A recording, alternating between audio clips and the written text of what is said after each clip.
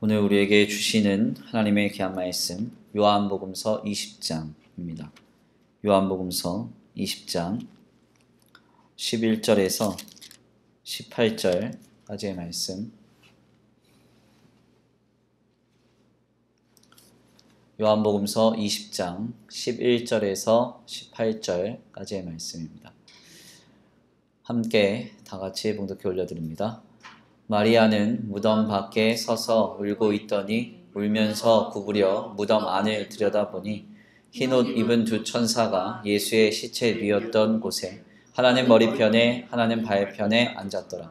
천사들이 이르되 여자여 어찌하여 우느냐? 이르되 사람들이 내 주님을 옮겨다가 어디 두었는지 내가 알지 못함이니이다.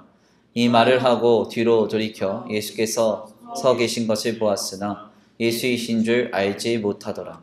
예수께서 이르시되 여자여 어찌하여 울며 누구를 찾느냐 하시니 마리아는 그가 동산지기인 줄 알고 이르되 주여 당신이 옮겼거든 어디에 두었는지 내게 이르소서. 그리하면 내가 가져가리이다. 예수께서 마리아야 하시거늘 마리아가 돌이켜 히브리 말로 라보니 하니 이는 선생님이라는 말이라. 예수께서 이르시되 나를 붙들지 말라. 내가 아직 아버지께로 올라가지 아니하였노라. 너는 내 형제들에게 가서 이르되 내가 내 아버지 곧 너의 아버지 내 하나님 곧 너의 하나님께로 올라간다 하라 하시니 막달라 마리아가 가서 제자들에게 내가 주를 보았다 하고 또 주께서 자기에게 이렇게 말씀하셨다 이르니라. 아멘. 할렐루야. 할렐루야. 오늘도 하나님의 예비하신 귀한 은혜가 있는 줄 믿습니다. 귀한 시간 하나님의 은혜로 새롭게 되시고 하나님의 귀한 말씀 가운데 힘을 얻고 변화받는 귀한 시간 되시길 간절히 축원합니다. 우리 믿음으로 다시 한번 선포하겠습니다.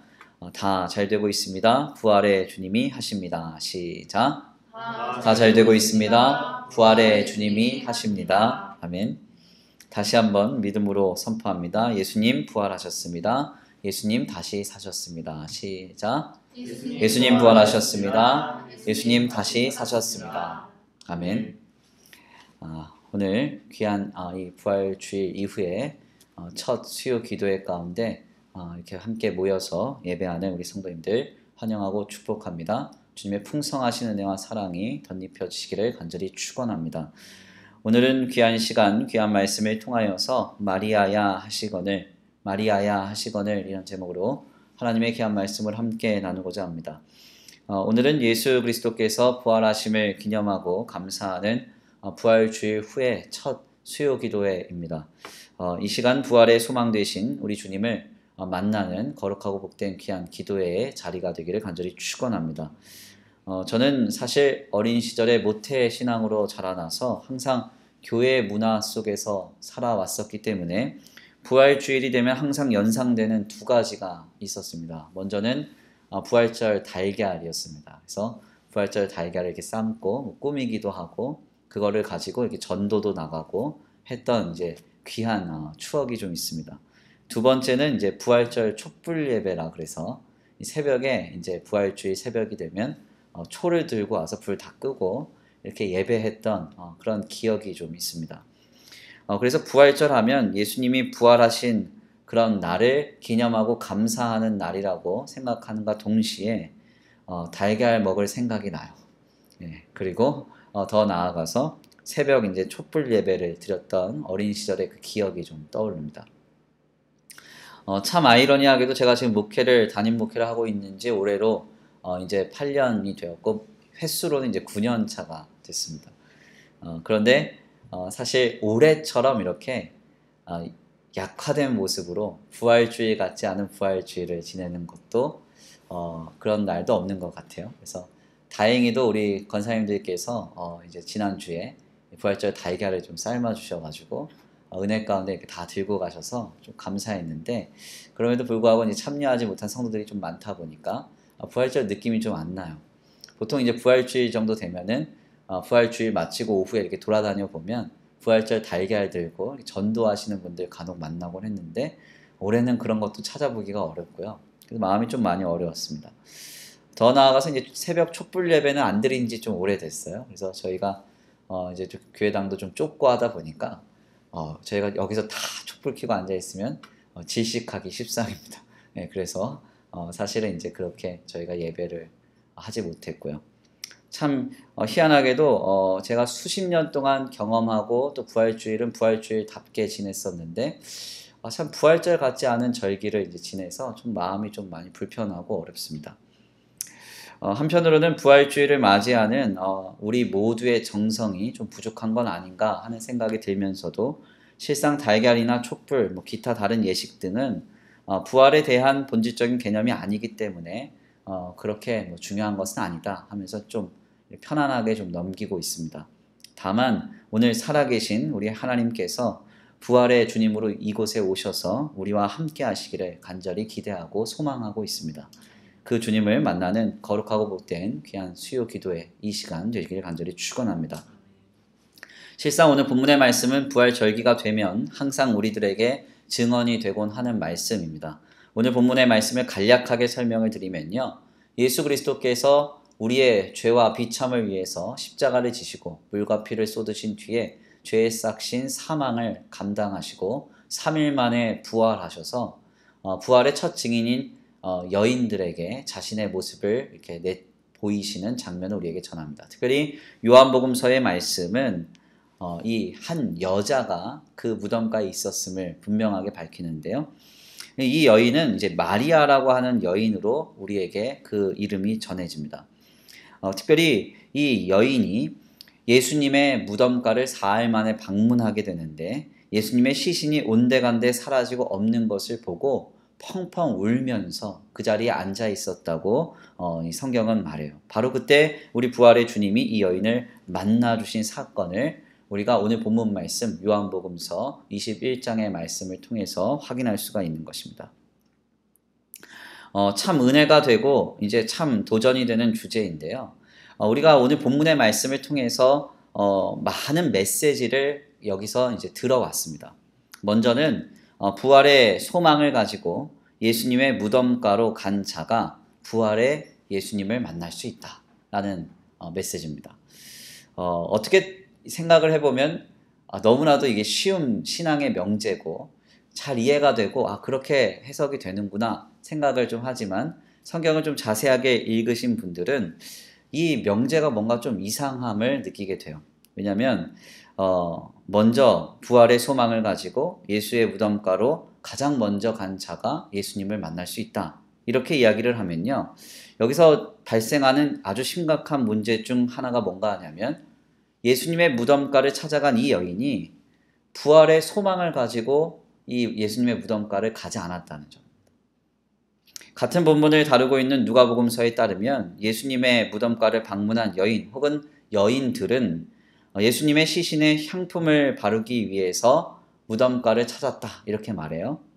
고대의 이 유대 관습상 굴에 장사를 하게 되면 시체가 썩은 냄새가 나기 때문에 이를 방지하기 위해서 사망한 지 3일에서 4일이 지난 뒤에 이 무덤가를 방문해서 시신에 향유를 바름으로써 냄새가 나는 것을 방지하는 그런 어떤 관습이 있었습니다.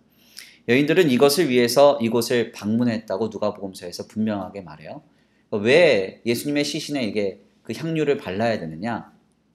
그러니까 오늘과 같이 이게 시신이 이렇게 어떻게 잘 화장이 되고 혹은 잘 이렇게 매장이 돼서 안 보이게끔 돼서 이렇게 되는 게 아니라 유대의 이제 무덤가는 보통 이제 굴 같은데 넣거든요. 넣고 돌로 이렇게 막아놓는데 거기서 시신이 부패하면은 엄청난 냄새가 납니다. 그럼 그곳을 지나가는 사람들이 그곳을 지나가면서 저주를 퍼붓기가 일상이에요. 그러니까 결론적으로 죽어서도 저주받는 사람이 될 수가 있어요. 이것을 방지하기 위해서 유대 관습은 썩은 냄새가 날 때쯤 돼서 그 시신에 이제 향유를 바름으로써 죽은 이가 또다시 저주를 받지 않도록 하는 것이 유대 고대의 관습입니다. 바로 여인들은 이것을 위해서 방문했습니다. 그러니까 부활의 소망이나 혹은 부활의 신앙을 가지고 예수님의 무덤가를 방문한 사실이 아니라는 것이죠. 그러니까 본문의 말씀을 가지고 흔하게 부활의 소망을 갖고 예수님의 무덤가를 가장 먼저 찾아가면 부활의 예수님 만날 수 있다 이렇게 설교를 하면 뭔가 맞는 말 같지만 본문에서는 그 배경이 부족하다 이렇게 볼 수가 있는 겁니다. 두 번째로 많이 전파되는 메시지 중 하나는 마리아처럼 새벽부터 열심을 내는 자가 부활의 주님을 가장 먼저 만날 수 있다. 이런 명제입니다. 아마도 이제 신앙생활 하면서 한두 번씩은 들어보셨을 거예요. 그래서 열심 내야 된다고? 새벽부터 열심 내야 된다고? 저만 들었나요? 저 되게 자주 들었거든요. 그래가지고 뭐 이제 부활주일 되고 이러면 촛불 예배를 이제 보통 새벽에 하는데 뭐 4시 반부터 막 일찍 와가지고 막 기도하고 막 부활의 주님 만나야 된다고 그런 어떤 신앙의 이제 전통이 있었어요. 수많은 교회에서는 그래서 이 본문을 통해서 성도의 이른 열심을 강조하곤 합니다. 그러나 실상 이 메시지 역시도 요한복음서가 아닌 다른 복음서에서는 부활의 첫 증인으로 여자들이라고 하는 복수 형태를 증언하는 것을 참고해 보면 사실 이것은 누가 먼저냐, 누가 나중이냐의 문제가 아님을 확인하게 되죠. 실상 이러한 경쟁적 논리는 예수 그리스도께서 공생애 중에 제자들을 향해서 가장 경계하셨던 세속적 논리이기도 했습니다. 누가 크냐, 누가 작은 자냐, 누가 앞서가냐, 누가 나중된 자냐, 누가 먼저 된 자냐, 누가 예수님이 하늘 보좌에 올라가실 때 오른편에 앉느냐, 왼편에 앉느냐, 이런 경쟁적 논리는 사실은 예수님이 가장 지향하셨던 메시지이기도 했습니다. 그러니까 부활의 본문을 근거로 삼아서 새벽부터 열심을 내어야 부활의 주님을 가장 먼저 만난다라고 추론하거나 주장하는 것은 본문을 자세하게 숙고하고 깊이 이해한 것이 아니라고 할 수 있어요. 그렇다면 부활의 예수님을 만나는 오늘 본문 말씀 마리아에 대해서 증언하시는 말씀을 통해서 우리 하나님은 과연 오늘 우리에게 무엇을 전하고자 하시는 것일까요? 네, 예수님이 부활하시는 그곳에서 울고 있는 이 마리아가 새벽 이른 아침에 이 예수님의 무덤가에 갔다가 시신이 없음을 보고 울고 있었다는 거죠. 그때 예수님을 만났어요. 그러면 이 본문을 전하는 이 오늘 본문 말씀, 이 요한복음서 20장의 말씀은 과연 우리에게 어떤 내용을 전하고 있는 것일까요? 그것은 아주 간단하게도 심플 센텐스예요. 그러니까 아주 간단한 명제입니다. 부활의 주님이 막달라 마리아를 만나 주셨다. 네, 그냥 이렇게 단순하게 정리가 되는 거죠. 다른 뭐 이런저런 얘기할 게 없습니다. 이른 아침부터 열심을 낸 막달라 마리아를 부활의 주님 만나 주셨다. 그게 아니고, 아니면 뭐 부활의 소망을 가지고 예수님의 무덤가를 간 여인이 부활의 예수님 만났다. 이게 아니고 단순하게 부활의 예수님이 막달라 마리아를 만나 주셨다. 이걸 말씀하고 있습니다. 이는 모든 복음서에서 부활의 첫 사건에서 증언하시는 바입니다. 부활의 예수님이 누구를 만나 주셨느냐? 막달라 마리아를 만나 주셨고, 다른 복음서에 따르면 여인들을 만나 주셨다. 이것을 말하고 있어요. 그렇다면 우리는 먼저 오늘 본문 말씀 요한복음서 20장에서 말하는 이 막달라 마리아가 어떤 사람이었는가를 살펴보면서 이 본문을 통해서 주님이 왜 막달라 마리아를 만나 주셨고 이 만나는 이 내용을 통해서 오늘 우리에게 무엇을 말씀하시고자 하는가를 깨닫고자 합니다. 특별히 막달라 마리아에 관해서는 누가복음서 8장에서만 증언하고 있는데요. 이 여인은 귀신 들린 여인으로서 예수 그리스도께 축사를 받아서 치유받은 여인으로 우리에게 전해집니다. 여기에서 중요한 문제는 이 여인이 귀신이 들렸다고 할 때 붙여진 형용사입니다. 누가복음서 8장 2절에 따르면 이 여인에 대해서 성경이 이렇게 말해요. 7 귀신 들린 자 이렇게 말합니다. 7 귀신 들린 자. 성경에서 등장하는 숫자는 여러 상징성을 갖습니다. 유대의 풍습과 관습으로 인함인데요. 특별히 3이라는 숫자는 그러니까 어떤 영적인 혹은 하나님의 영역에 있는 것의 완전성을 뜻해요. 그래서 하나님이 그 아브라함을 만나 주실 때 새 나그네가 3명이잖아요. 이렇게. 그 3이라는 숫자가 좀 굉장히 영적인 부분에서 이제 의미가 있습니다. 4라는 숫자는 고대의 사람들이 당시의 세상을 사각형으로 보았기 때문에 동서남북 해가지고 이게 이제 세속적인 완전성을 뜻할 때 이 4가 이제 등장을 해요. 그래서 4라는 숫자도 성경에서 굉장히 긍정적인 숫자입니다. 우리는 죽을 4 이렇게 하지만 그래서 우리 어떤 청년은 4시 44분만 되면 저한테 목사님 시계 보세요. 이렇게 얘기해요. 시계 딱 보면 4시 44분이에요. 기분이 굉장히 좋아요. 저는 성경을 잘 아니까. 근데 아무튼 중요한 건 뭐냐면 이 4와 3이 합쳐지면 7이 됩니다. 그러니까 7은 이제 완전의 완전을 더한 거죠. 그래서 굉장히 의미 있고 굉장히 완전함을 뜻하는 이야기인데, 이러한 배경에서 생각을 해보면 이 여인이 7 귀신이 들렸다는 이 상태는 이 여인의 상태가 소망이 없었음을 전제하는 거예요. 누구도 고칠 수 없고 아무도 그를 건져줄 수 없는 아주 소망 없는 상태. 이 여인의 상태가 그랬습니다. 그런데 이 막달라 마리아가 예수 그리스도로 말미암아 그 영원한 비참에서 건집을 받았다는 거예요. 바로 이 7 귀신에 들렸다가 건짐받았던 이 여인이, 이 막달라 마리아가 부활의 첫 증인이 됩니다. 우리가 바로 여기에서 놀라운 한 가지 메시지를 얻게 되죠. 그것이 무엇입니까? 부활의 예수님이 과연 누구를 만나주시는가? 누가 부활의 예수님을 만날 수 있습니까? 예수 그리스도로 말미암아 영원한 죄와 사망의 비참에서 건짐받은 자가 부활의 예수님 만날 수 있어요. 아멘입니까? 하이델베르크 신앙고백 제8문을 보니까요, 이런 이야기가 우리에게 전해져요. 우리에게 예수 그리스도를 영접하기 전의 상태에 대해서 알리죠. 이렇게 먼저 질문합니다. 그렇다면 우리는 너무 부패하여 선이란 전혀 행할 수 없고 모든 악을 향해 기울 뿐입니까? 이 질문에 대한 답은 매우 분명하게 전해지죠. 네, 그렇습니다. 우리가 하나님의 영으로 거듭나지 않는 한 그렇습니다. 네. 그러니까 우리는 원래 소망이 없었다는 거예요. 누구도 건질 수가 없었다는 겁니다. 더 나아가 개혁 장로교회의 기본 교리서라고 불리는 웨스트민스터 신앙고백서에서는 이렇게까지 증언하죠. 죄로 말미암아 우리는 의를 잃게 되었고 하나님과의 교통도 끊어지게 되었으며 죽게 되었었고 영과 육의 모든 기능들과 기관들이 전적으로 더럽혀지고 말았다. 네. 무슨 말입니까? 막달라 마리아만 7 귀신에서 건짐받은 게 아니에요. 여기 있는 김 목사도 7 귀신에서 건짐받은 사람이죠. 7 귀신에서 건짐받았다고 하는 이 여인의 모습은 지금 나의 모습입니다. 우리가 예수를 영접하기 전에 얼마나 죄와 사망의 비참 가운데 몸부림치는 인생이었습니까? 우리를 누가 건져줄 수 있었어요? 우리를 누가 치유할 수 있었습니까? 우리를 그 비참에서 누가 건져내줄 수 있었겠어요? 아무도 없었다는 것이죠. 모든 의를 잃고 주님과의 교통도 없고 모든 영과 육의 기능과 기관이 더럽혀진 비참한 가운데 우리가 살았었습니다. 바로 그때 나를 위하여 나를 사랑하사 자기 몸 버리신 예수 그리스도로 말미암아 우리가 그 비참에서 건짐을 받게 된 거예요. 예수를 주로 고백하는 우리의 모습을 보시고 주님이 그 믿음으로 나아가는 성도에게 하나님의 놀라운 은혜가 임하여서 우리가 그 은혜 가운데 건짐을 받게 되는 것이죠. 그러니 오늘 우리도 막달라 마리아처럼 예수로 말미암아 영원한 죄와 사망의 비참에서 건짐을 받은 것입니다. 바로 이 사람이, 이 성도가 부활의 예수님을 만날 수 있습니다. 어떻게 많은 신앙의 공로를 쌓아야 됩니까? 매일 누구보다도 아침 일찍 와서 새벽마다 새벽 기도를 충분히 쌓은 자가 부활의 예수님을 만납니까? 과도하게 많은 봉헌을 드리고 헌신한 자가 부활의 예수님을 먼저 만날 수 있습니까? 그게 아니라는 거예요.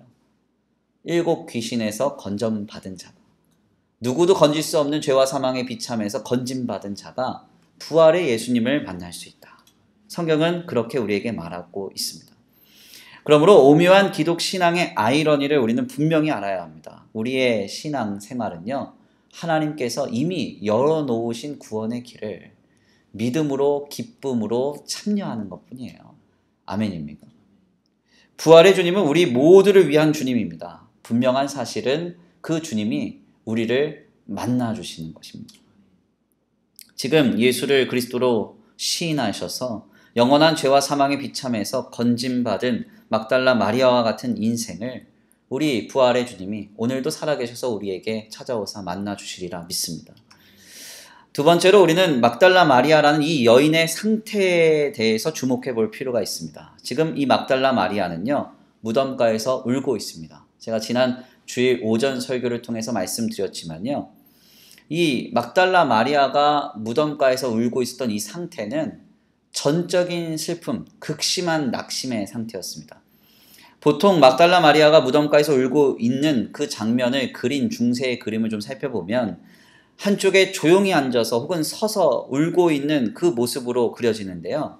이것은 성경의 증언과는 완전히 다른 모습입니다. 특별히 오늘 본문 말씀 11절과 13절 말씀에 따르면 마리아가 울었다고 할 때 사용된 헬라어 클라이오는 조용히 흐느껴서 우는 다크리오라는 다른 말이에요.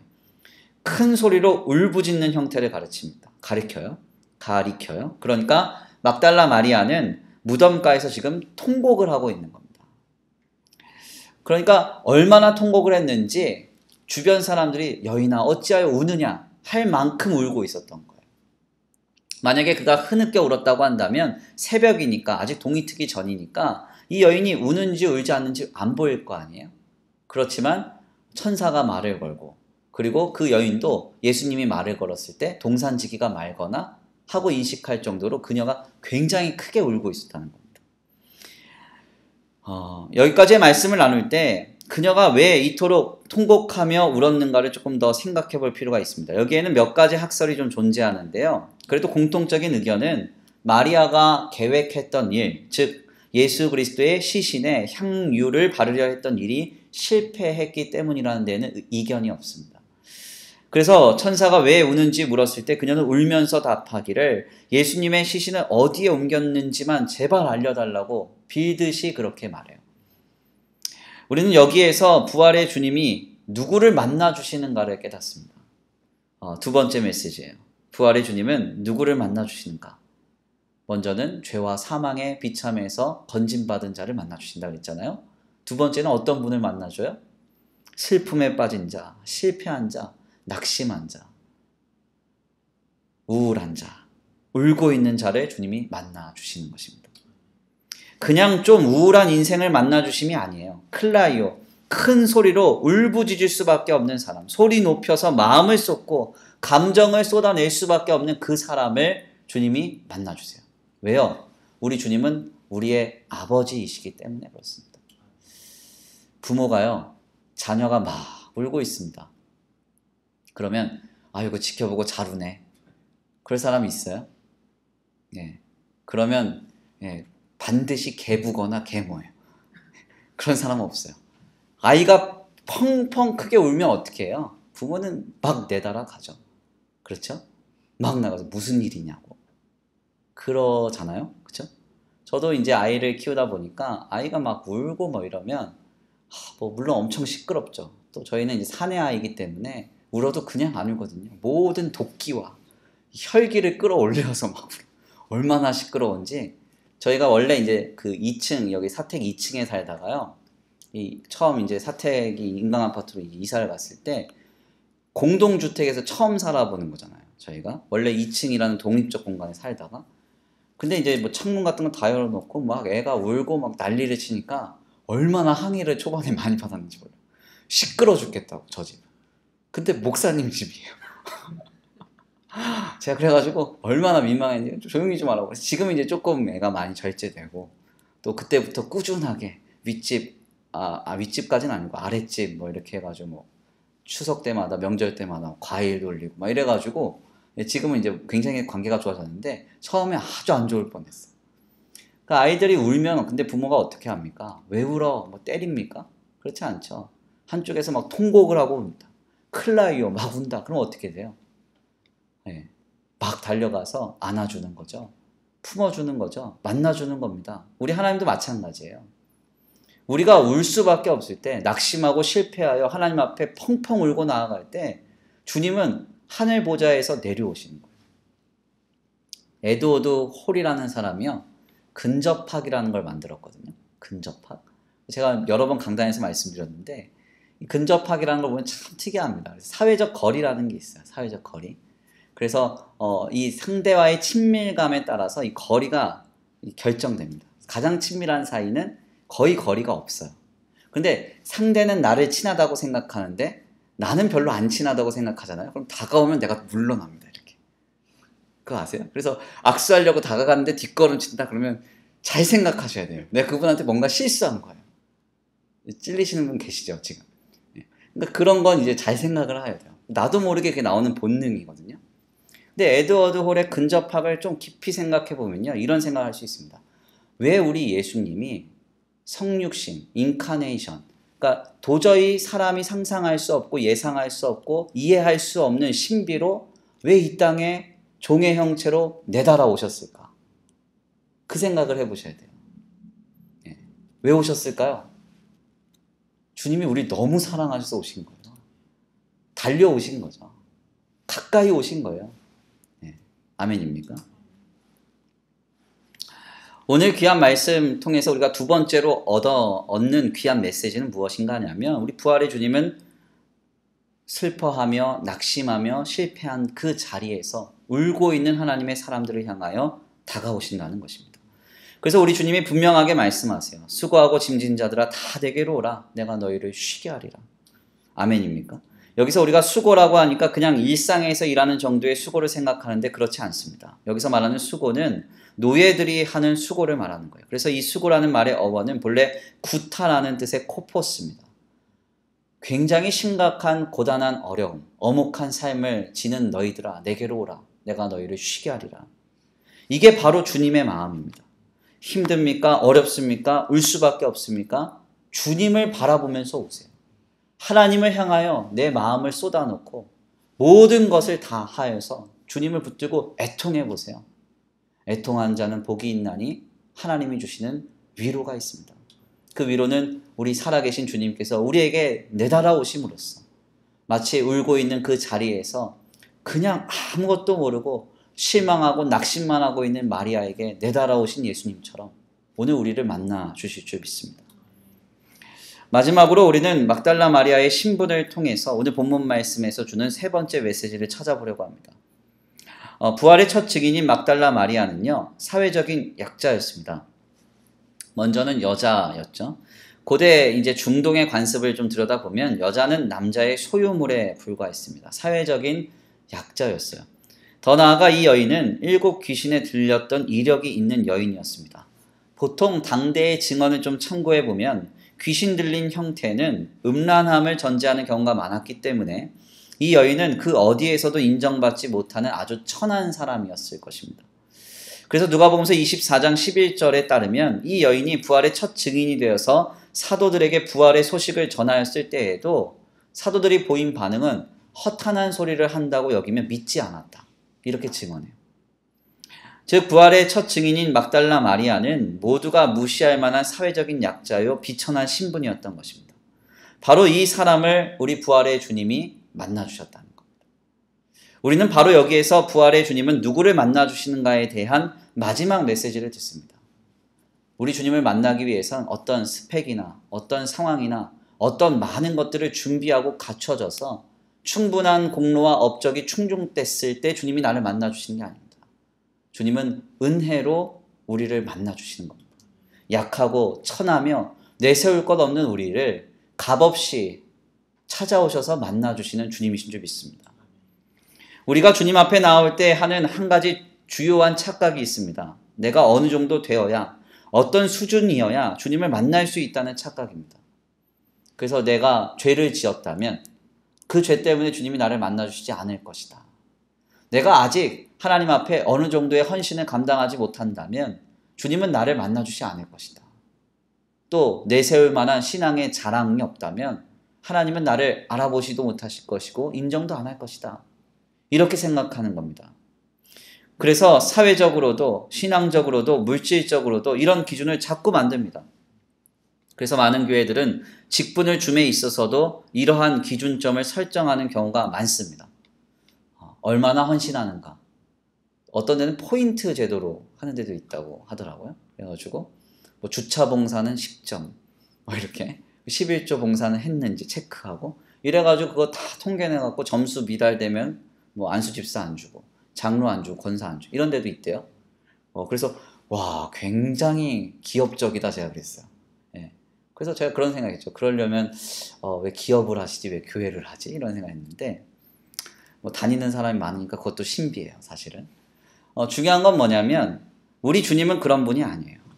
우리 예수님의 공생애를 보세요. 주님이 제자들을 어떤 기준으로 뽑으셨나요? 예. 물고기를 잘 잡고 팔뚝에 힘이 좀 넘치고 나를 지켜줄 만하고 충분히 지적으로 갖춰진 사람을 주님이 시험 봐서 뽑으셨어요.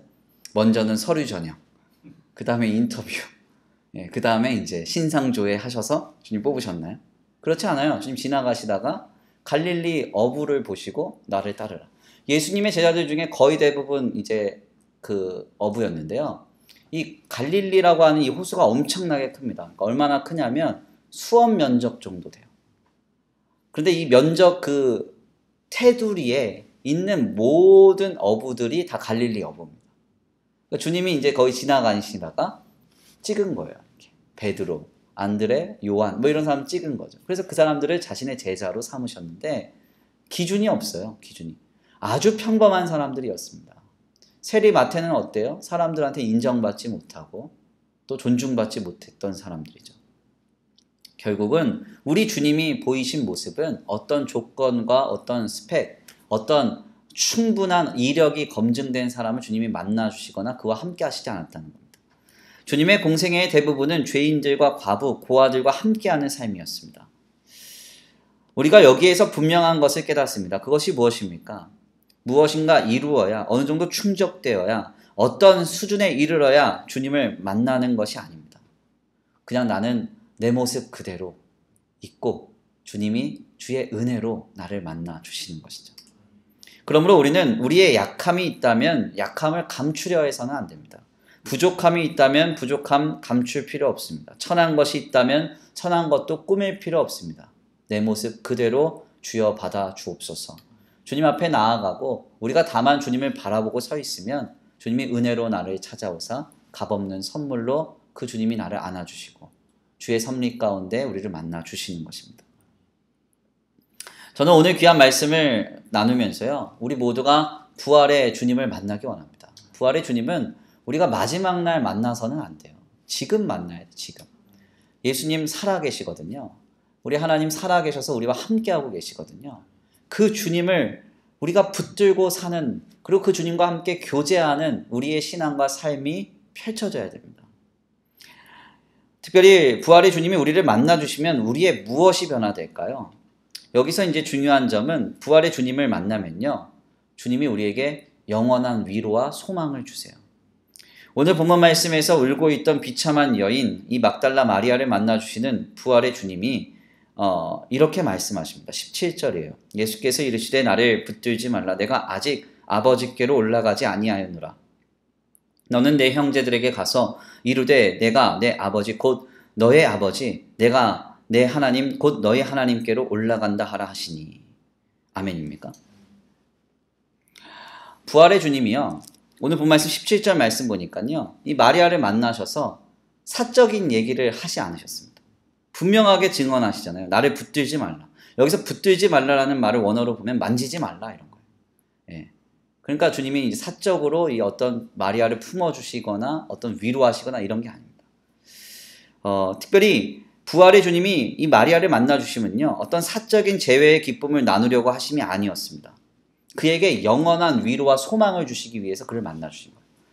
그렇다면 영원한 위로와 소망을 어떻게 주셨는가? 우리 생각에는 그러면 너 수고했다, 너 잘해라, 이제 열심히 하면 잘 될 거야, 이게 이제 위로인가? 그게 아닙니다. 부활의 주님이 이 여인에게 사명을 주세요. 사명. 죽는 날까지 붙들어야 하는 사명을 주세요. 바로 이 사명을 주시는 것이 영원한 위로입니다. 어떤 분이 이런 말을 해요. 아니 목사님, 부활의 주님이 마리아를 만나주셔서 마리아야 내가 부활했다, 그동안 고생했지? 이렇게 위로하면 그게 평생의 위로가 될 텐데, 아니 무슨 사명 주심이 위로입니까? 이런 질문을 하실 수도 있습니다. 실상 가볍게 생각하면 인간적인 말 한두 마디가 풍성한 위로를 줄 것 같다 이렇게 생각하는데요, 그렇지 않습니다. 진정한 위로는 삶의 의미를 찾는 데서 오는 거예요. 삶의 의미를. 삶의 의미가 없으면 아무리 만나서 뭐 위로하고 잘 될 거야, 어떻게든지 잘 될 거야 해봤자 그때뿐이에요.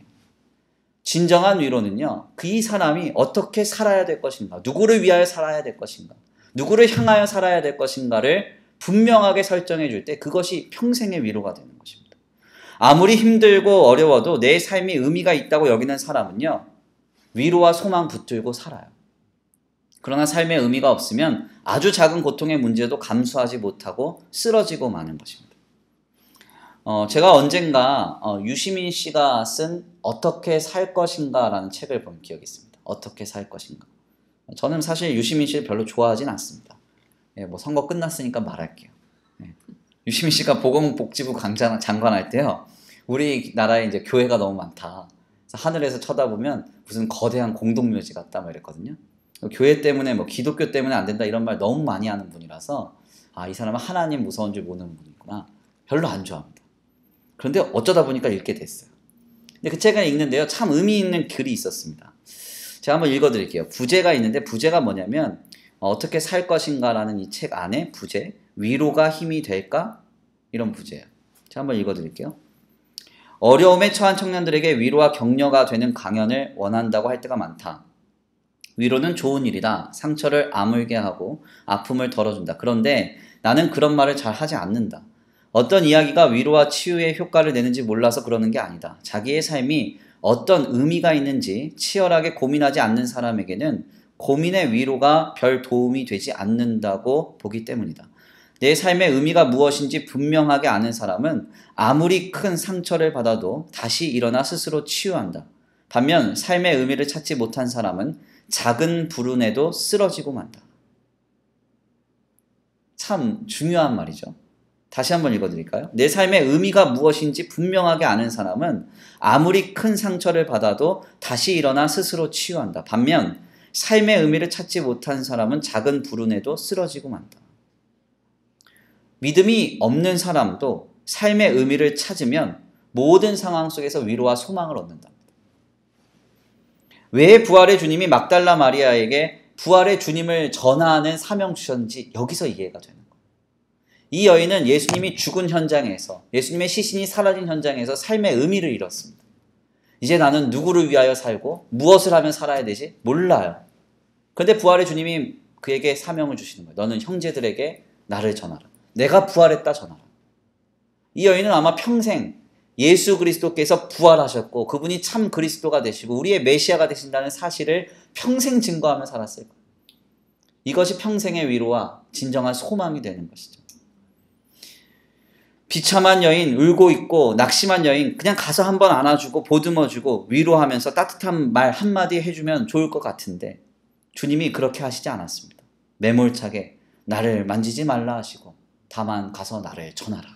주님 말씀하시는 거예요. 인간적인 위로는 잠시뿐입니다. 삶의 목적을 찾는 것, 의미를 찾는 것. 이것이 바로 인간에게 영원한 위로와 소망을 주기 때문에 부활의 주님은 사명을 주심으로 그 위로와 소망을 공급하는 것입니다. 부활의 예수님을 우리가 만날 때 바로 이 역사가 시작됩니다. 보통 신앙생활을 세 가지 명제로 설명해요. 신앙생활이 무엇입니까? 주를 위하여 사는 것입니다. 두 번째, 주님을 향하여 사는 것입니다. 세 번째, 주님으로 인하여 사는 것입니다. 이렇게 세 가지로 정리를 해요, 보통. 어떻게 이 삶을 끝까지 승리하면서 살아갈 수 있습니까? 부활의 예수님 만나면 우리에게 삶의 의미와 목적이 생겨요. 내 삶의 사명이 생겨요. 내 삶의 방향이 설정돼요. 그럼 우리는 이 길을 가는 것입니다. 부활의 주님 만나지 못하면 우린 이 길 갈 수 없어요. 내 힘과 내 능력과 의지와 내 고집으로 가는 거 아닙니다. 내 지식으로 가는 건 아니에요. 다 중도에 하차하고 쓰러질 수밖에 없습니다. 저는 오늘 귀한 말씀을 정리하면서 오늘 살아계신 주님을 만나는 이 거룩한 밤이 되기를 간절히 축원합니다. 영원한 죄의 비참에 빠져있던 우리를 건져주신 주님이 오늘 우리를 만나 주실 것입니다. 실패하여 주님 앞에 울 수밖에 없는 우리를 주님이 우리를 만나 주실 것입니다. 아무것도 내세울 것 없는 우리를 다만 은혜로 만나 주실 것입니다. 그 주님을 만나 지금 내 삶의 의미, 내 삶의 방향, 사명을 받고 영원한 진정한 위로와 소망을 얻는 거룩하고 복된 귀한 성도들과 저와 주의 몸된 교회가 되기를 간절히 축원합니다. 그 역사의 주인공 되시길 간절히 축원합니다. 우리 이 시간 다 같이 함께 기도 올려드리길 원합니다. 찬양으로 결단하고 기도하시겠습니다. 복음성가 세상에서 방황할 때 나 주님을 몰랐네 찬양의 가사를 생각하시면서 말씀 붙들고 부활의 주여 지금 나를 만나 주옵소서.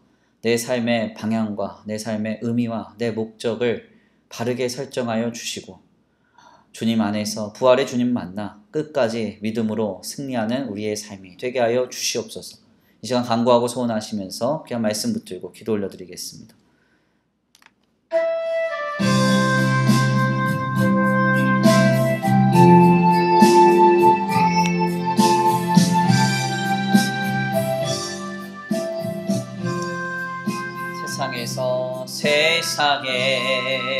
세상에서 방황할 때 나 주님을 몰랐네. 내 맘대로 고집하며 온갖 죄를 저질렀네. 예수여 예수여 이 죄인도 용서받을 수 있나요?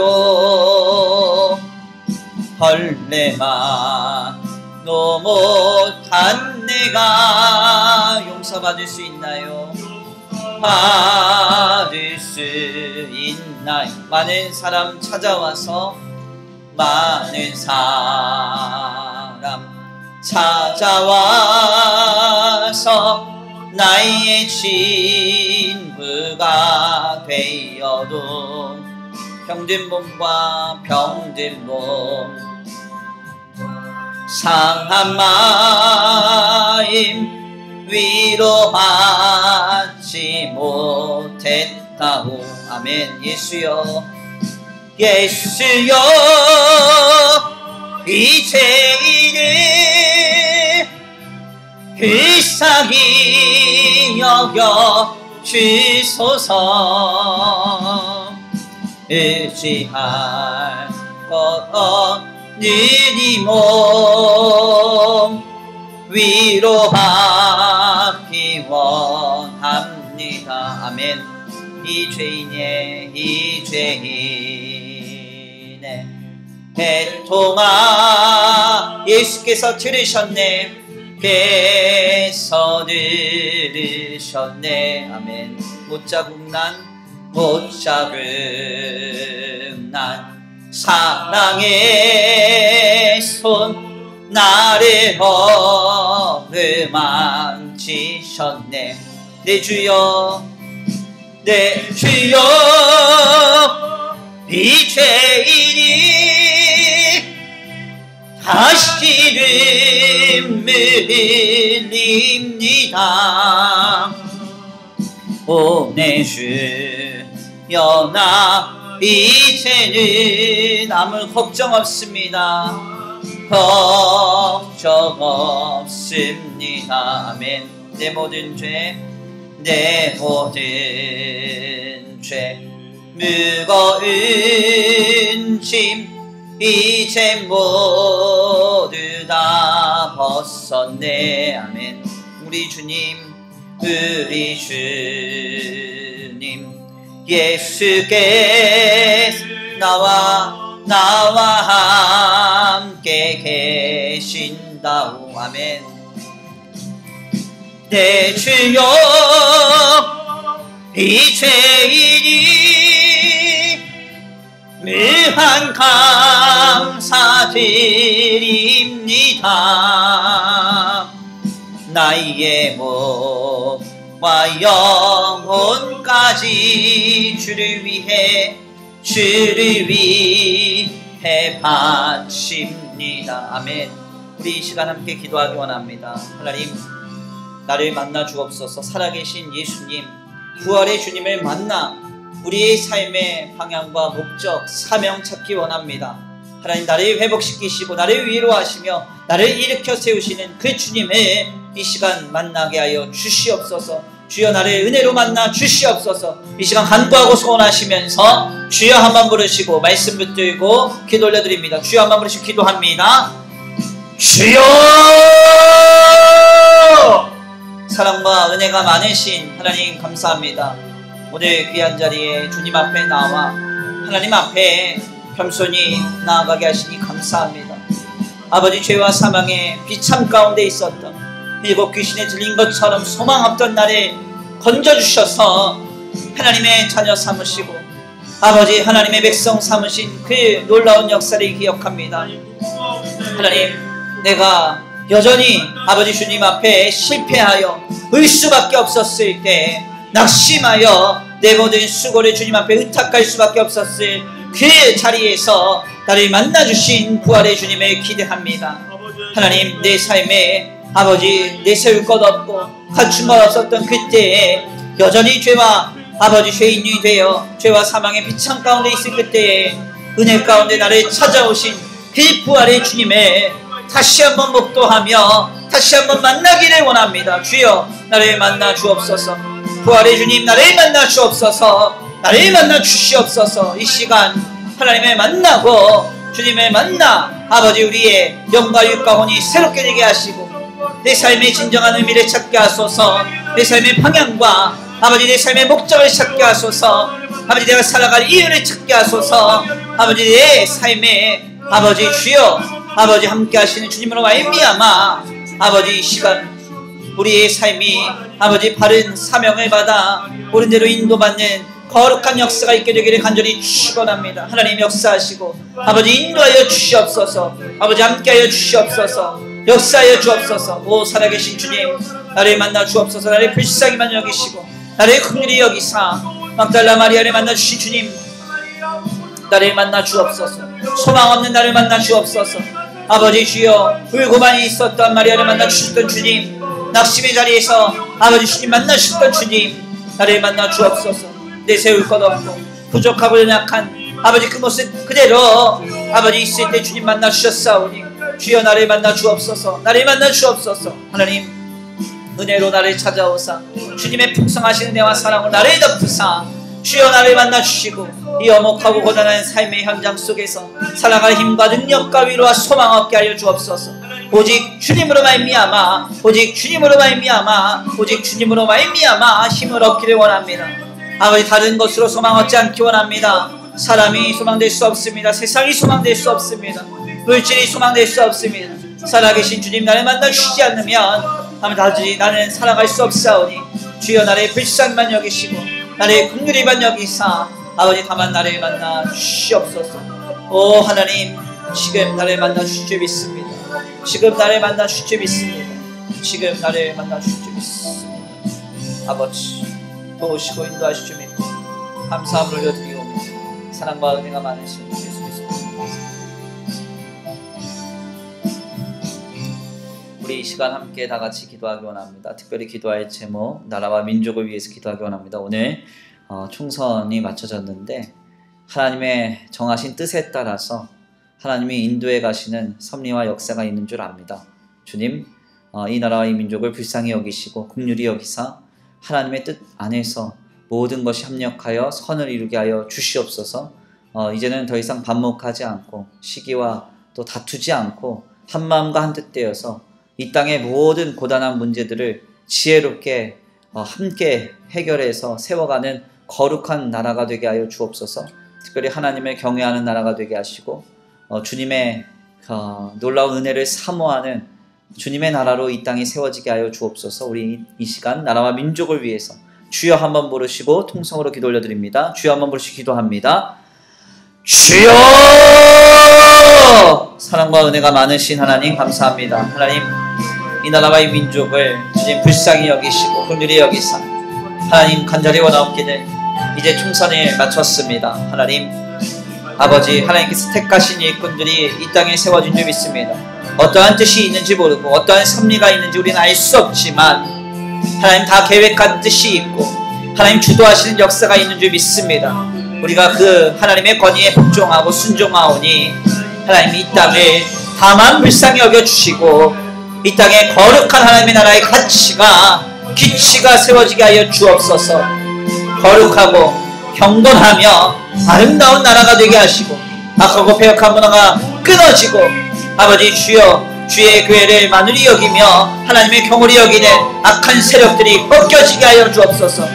하나님을 두렵고 떨림으로 섬기게 하시고 주님을 붙들고 의지하고 서서 오직 하나님만을 경외하는 하나님 나라를 아름답게 세워가는 이 나라와 이 민족이 될 수 있도록 주님 역사하여 주옵소서. 모든 악한 흑암의 권세가 끊어지게 하시고 아버지 성령으로 충만하게 하셔서 주님의 백성들이 먼저 회개하고 돌아섬으로 인하여서 이 땅에 거룩한 나라에 하나님 나라가 세워져 갈 수 있도록 거룩하고 경건하며 성결한 하나님의 나라가 세워져 갈 수 있도록 주님 붙들어 역사하여 주시옵소서. 아버지 인도하시고 함께 하시오 믿습니다. 다만 이 땅을 불쌍히 여기실 주님을 기대합니다. 이 땅을 불쌍히만 여기실 주님을 기대합니다. 하나님 역사하시고 인도하시며 함께하여 주시옵소서.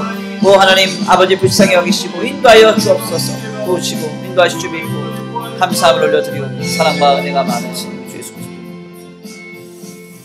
우리 이 시간 마지막으로 기도합니다. 특별히 주님의 교회를 위해서 기도합니다. 우리 수원천성교회 그동안 코로나 감염병으로 인해서 교회를 폐쇄하고 소극적으로 예배하며 성도의 교제를 가져왔습니다. 이제는 회복되어서 정말 부활 신앙 가지고 우리의 신앙도 세워져 가고 또 성도의 삶도 세워져 가야 될 줄 압니다. 특별히 하나님 이러한 기로에 서 있는 주의 교회가 이번 이 사태로 인해서 더욱 성결한 교회, 더욱 아름다운 교회, 하나님 보시기에 기뻐하실 만한 교회로 이루어지는 역사가 있게 하여 주옵소서. 특별히 주의 교회된 성도들의 삶을 지키시고 보호하셔서 어떠한 엄혹한 이 세상의 그 시류도 결코 우리 성도들을 넘어뜨리지 않도록 주님 붙들어 달라고 우리 함께 주의 교회와 교회된 우리 몸된 성도들을 위해서 주여 한번 부르시고 통성으로 기도 올려드립니다. 주여 한번 부르시고 기도합니다. 주여! 사랑과 은혜가 많으신 하나님 감사합니다. 오늘 귀한 자리로 인도하여 주셔서 하나님 특별히 수원천성교회를 위해서 함께 기록해 하시니 감사합니다. 하나님 주님의 교회가 지난 감염병의 사태로 인해서 고단한 형국을 지내며 함께 예배하지 못하고 폐쇄된 자리에서 제한된 형편에서 함께 교제하며 예배했습니다. 하나님 이제는 아버지 모든 예배와 모든 모임이 회복되기를 원합니다. 다시 한번 우리의 신앙에 불이 붙게 하시고 우리의 심령에 불이 붙게 하셔서 주님의 교회를 통하여서 이루어가시는 하나님의 나라의 거룩한 사역이 퇴보하는 일이 없도록 그쳐지는 일이 없도록 아버지 주여 다만 불쌍히 여겨 주옵소서. 불쌍히 여겨 주옵소서. 다시 한번 일어나 하나님의 복된 사명 거룩한 사명 신중하고도 아버지 소중하게 감당할 수 있도록 주님 역사하여 주시옵소서. 하나님 이제 함께 모여 예배하며 함께 모여 기도하며 함께 모여 찬양하며 함께 모여 주님 앞에 교제하며 서로를 귀히 여기고 소중히 여기며 섬기며 헌신하는 그 아름다운 성도의 교제와 예배와 아버지 거룩한 아버지 성도의 그 놀라운 사역이 이제 회복될 수 있도록 이제 회복될 수 있도록 이제 회복될 수 있도록 주님 역사하여 주시옵소서. 아버지 우리를 불쌍히 여기시고 오늘 우리와 함께 하실 주님을 기대합니다. 아버지 우리를 불쌍히 여기시고 우리와 함께 하실 주님을 기대합니다. 하나님 함께 하시고 인도하여 주시옵소서. 아버지 도와주시옵소서. 역사하여 주시옵소서. 오늘도 우리에게 역사하실 주님을 기대합니다. 함께 하실 주님을 기대합니다. 인도하여 주시옵소서. 아버지 수원천성교회 불쌍히 여기시고 주님 다시 오시는 그날까지 하나님 앞에 아버지 아름답게 쓰임받고 하나님 보시기에 기뻐하시며 마지막 때 칭찬받는 거룩하고 복된 귀한 교회가 되도록 주님 역사하여 주시옵소서. 도우실 줄 믿고 감사함을 올려드리오며 사랑과 은혜가 많으신 우리 주 예수 그리스도의 이름으로 감사함을 기도 올려드립니다. 아멘. 사랑과 은혜가 많으신 하나님 감사합니다. 오늘 귀한 자리로 주님 인도하여 주셔서 막달라 마리아를 만나주신 주님의 모습을 통하여서 오늘 우리를 만나주실 부활의 주님을 기대케 하시니 감사합니다. 7 귀신에 들려서 소망 없던 자를 만나주셨던 것처럼 죄와 사망의 비참 가운데 소망 없던 우리를 주님 만나주시리라 믿습니다. 하나님 여인이 실패하여 낙심하여 울고만 있을 수밖에 없었던 그 현장에서 주님 내달아오사 이 여인을 만나주셨던 것처럼 우리의 삶의 수고 때문에 낙담하여 주님 앞에 울 수밖에 없을 때 주님 우리에게 내달아오사 우리를 품에 안으시고 우리를 만나주실 줄 믿습니다. 하나님 오늘 귀한 말씀을 통해서 아무것도 내세울 것 없고 아버지 부족하며 여전히 천한 모습으로 주님 앞에 나아갔을 때 주님 아무것도 보시지 않고 다만 은혜로 이 여인을 만나주셨던 것처럼 오늘 우리도 여전히 부족하고 여전히 죄인된 인생이지만 다만 은혜로 우리를 만나주실 줄 믿습니다. 주님을 만남으로 우리 인생이 바뀌어지기를 원합니다. 우리의 삶에 진정한 위로와 소망을 품고 하나님을 향하여서 바른 방향으로 우리의 삶이 사라져 가기를 원합니다. 주님 나를 불쌍히 여겨 주시옵시고 나를 긍휼히 여겨 주셔서 지금 은혜로 우리에게 찾아오사 살아계신 주님을 목독케 하여 주옵소서. 부활주의를 하나님 부활주의답게 지내지 못했습니다. 하나님 신앙의 절기를 지내면서 정말 주 안에서 부활의 기쁨과 소망을 가지고 하나님 앞에 기뻐하며 감사하며 거룩하며 또한 더 나아가 경탄하며 보내야 할 이 시기에 이러저러한 시국의 문제로 삶의 형편으로 아버지 여타의 모습과 다르게 아버지 하나님 앞에 서지 못했음을 고백합니다. 주님 부활의 소망을 우리 안에서 다시 한번 시작하여 주시고 하나님을 향하여 경탄하며 기뻐하며 항상 즐거워하는 거룩하고 복된 성도의 심령이 회복될 수 있도록 주님 우리에게 이 시간 찾아와 만나주시고 역사하여 주옵소서. 오늘 귀한 수요 기도회 가운데 주님 앞에 말씀으로 기도로 결단하고 돌아가는 발걸음 안전히 거하게 하시고 한 주간의 삶의 형편에서도 지키시고 보호하시며 함께하여 주시옵시되 주님의 풍성하신 은혜와 사랑으로 덧입히시고 하나님 아버지 남은 한 주간의 삶의 현장 속에서도 눈과 같이 보호하여 주시옵소서. 도우시고 인도하시며 함께하실 줄 믿고 감사함을 올려드리오며 사랑과 은혜가 많으신 우리 주 예수 그리스도의 이름으로 감사하며 기도 올려드립니다. 아멘. 주님 가르치신 기도로 귀한 수요 기도회를 마칩니다. 하늘에 계신 우리 아버지여 이름이 거룩히 여김을 받으시오며 나라에 임하옵시며 뜻이 하늘에서 이루어진 것 같이 땅에서도 이루어지이다. 오늘날 우리에게 일용할 양식을 주옵시고 우리가 우리에게 죄 지은 자를 사하여 준 것 같이 우리의 죄를 사해 주옵시고 우리를 시험에 들게 하지 말게 하옵시며 다만 악에서 구하옵소서. 나라와 권세와 영광이 아버지께 영원히 있사옵나이다. 아멘.